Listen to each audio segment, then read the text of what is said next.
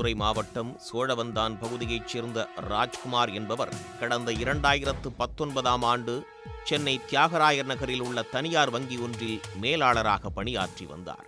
பல்வேறு வங்கிகளிலும் பணியாற்றிய அனுபவம் மிக்கவர் என்பதால் ராஜ்குமாரிடம் முதலீடு தொடர்பான ஆலோசனைகளை பலரும் பெற்று வந்ததாக கூறப்படுகிறது.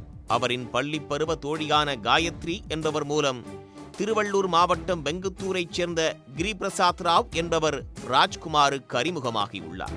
பெங்களூருவில் ஐடி ஊழியராக இருக்கும் கிரிபிரசாத் ராவ் ராஜ்குமாரை நம்பி பங்குச் சந்தையில் முதலீடு செய்ய திட்டமிட்டிருக்கிறார். போர்ட்போலியோ மேனேஜ்மெண்ட் சர்வீசஸ் எனப்படும் முதலீட்டாளர்களுக்கு மேலாண்மை சேவை வழங்கும் நிறுவனங்களில் பணத்தை முதலீடு செய்து மாதந்தோறும் லாபம் பெற்றுத் தருவதாக ராஜ்குமார் ஆசை வார்த்தை காட்டியுள்ளார்.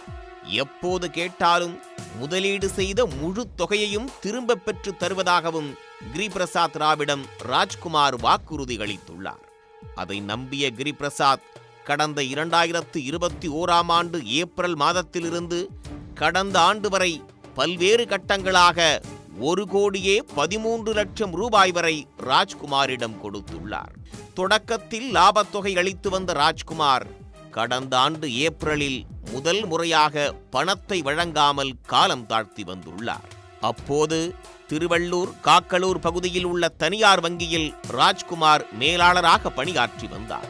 உடனடியாக நேரில் சென்ற கிரிபிரசாத் சிறிது சிறிதாக தாம் வழங்கிய முதலீட்டுத் தொகை 1,13,00,000 ரூபாயையும் உறுதியளித்தபடி மொத்தமாக வழங்குமாறு கேட்டுள்ளார்.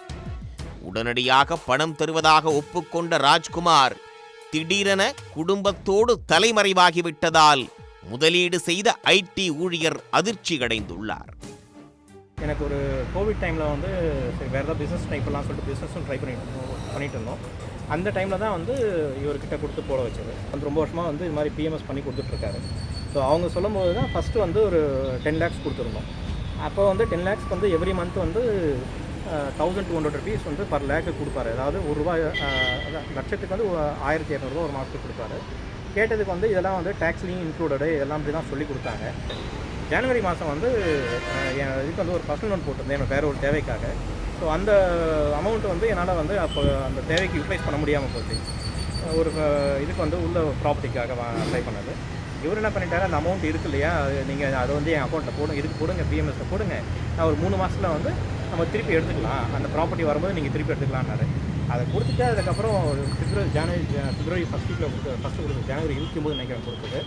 நான் வந்து ஏப்ரல் மேல வந்து கேட்க ஆரம்பித்தேன், எனக்கு பணம் வேணும், ஏன்னா ப்ராப்பர்ட்டி வாங்கணும், எனக்கு பணம் வேணும்னு சொல்லி கேட்கும்போது அதுக்கப்புறம் இவர் கொஞ்சம் கொஞ்சமாக இதோ 2 days தரேன்னு சொல்லிட்டு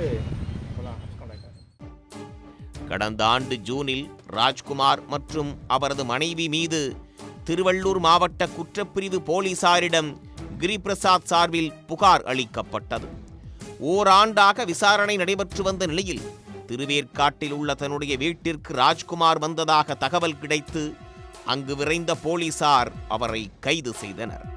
திருவள்ளூர் நீதிமன்றத்தில் ஆஜர்படுத்தப்பட்ட அவர் பின்னர் சிறையில் அடைக்கப்பட்டார்.